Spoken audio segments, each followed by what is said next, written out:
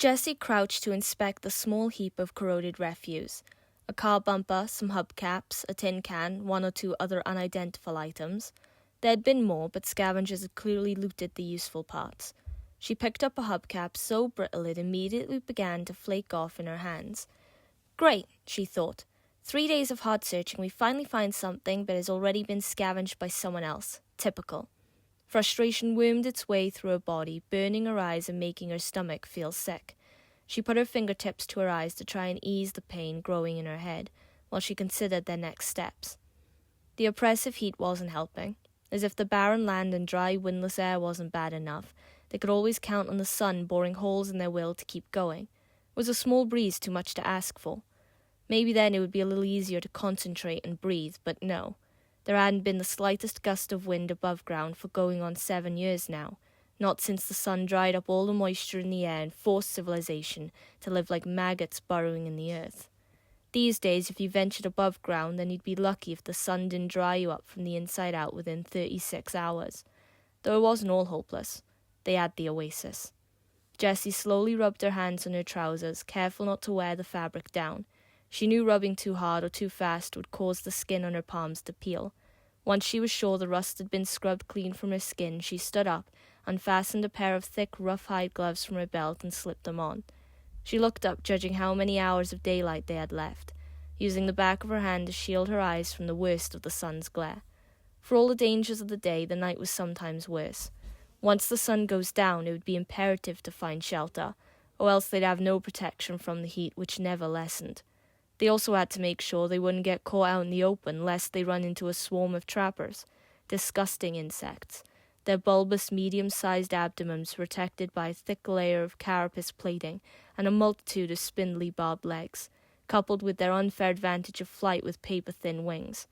They often reminded Jessie of a spider, cockroach, and housefly cross-sketch. Trappers were nocturnal, so if Jessie and Cole could find a place to hole up for the night that provides decent shade, then there shouldn't be any problems. Jessie guessed they had 3 hours tops before the sun went down. Could be worse. If we're lucky and don't become deflated corpses tonight, then we might find something useful tomorrow. She took a last quick sweep at the horizon. Nothing. Good. Satisfied, Jessie turned to Cole, her fellow scavenger, who often doubled as her personal reminder that some people might have been better off in the stomach of a groaner. Cole, we maybe have 3 hours of light left. Let's search another hour and then find some shelter. You good with that? She asked. He had been looking down at the floor, nudging pebbles with the toe of his boot. He met Jessie's eyes squinting against the sun.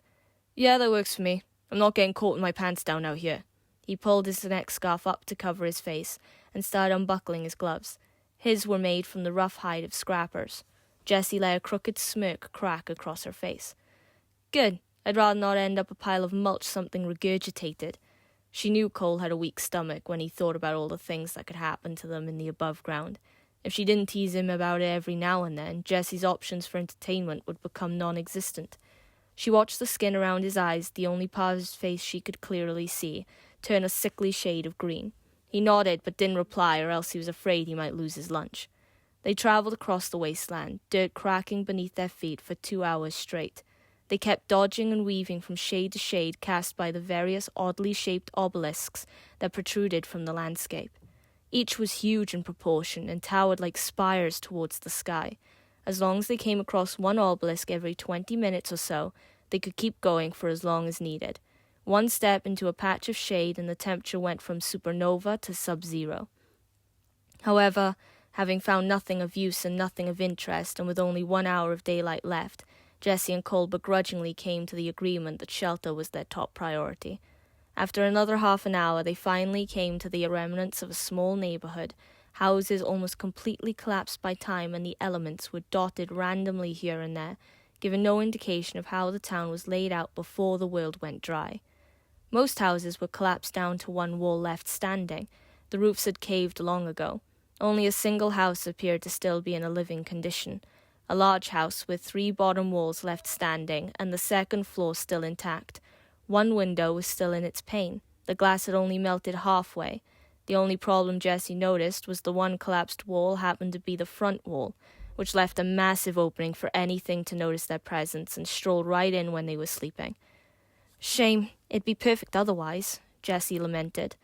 We could find somewhere else, Cole suggested. He tended to think more on the optimistic side of things. It's not like we don't have an entire neighborhood to choose from. None of the other houses are even close to habitable. She threw a small glare at Cole.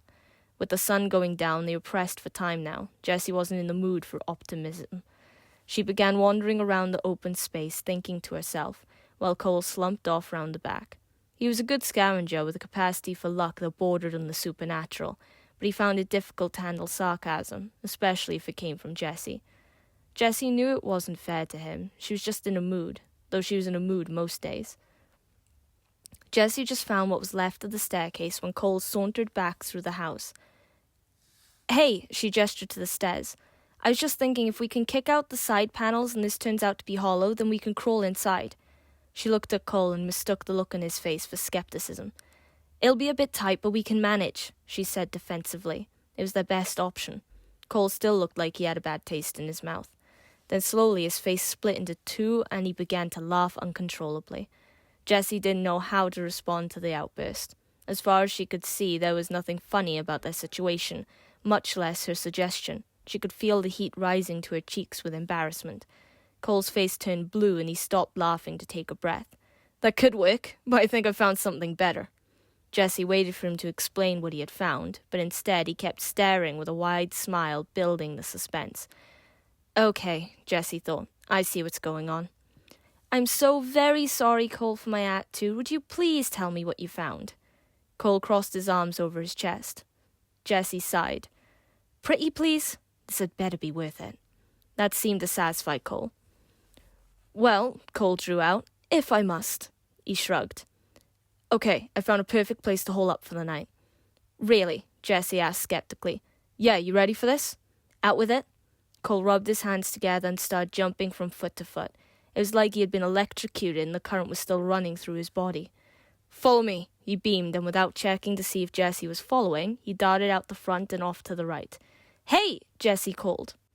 Why couldn't he have just told her what he found?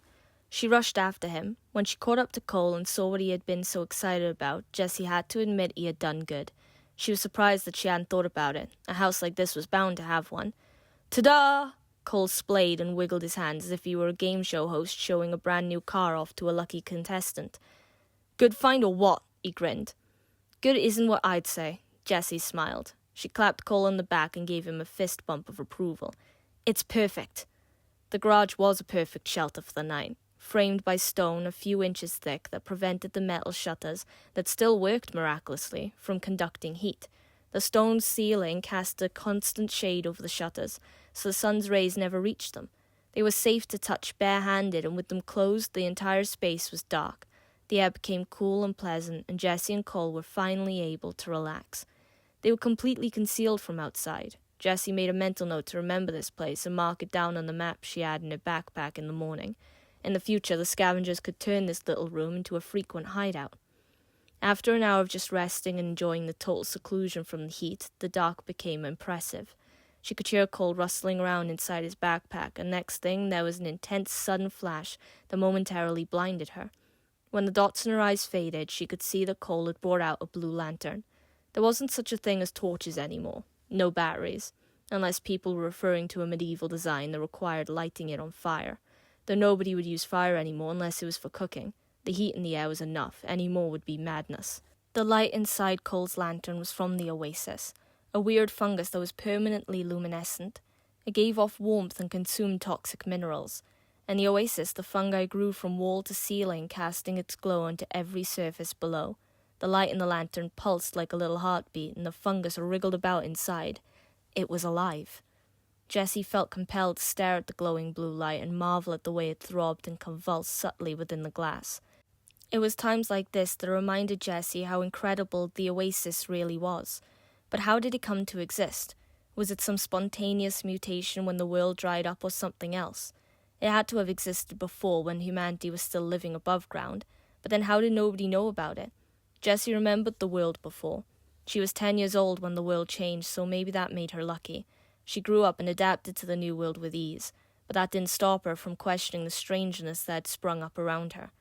Cole sat with his back against the wall opposite Jessie. When he noticed her looking, he gave a small smile.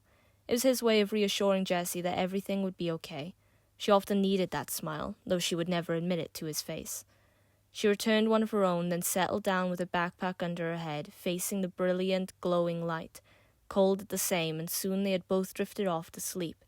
That night there had been no need for shifts.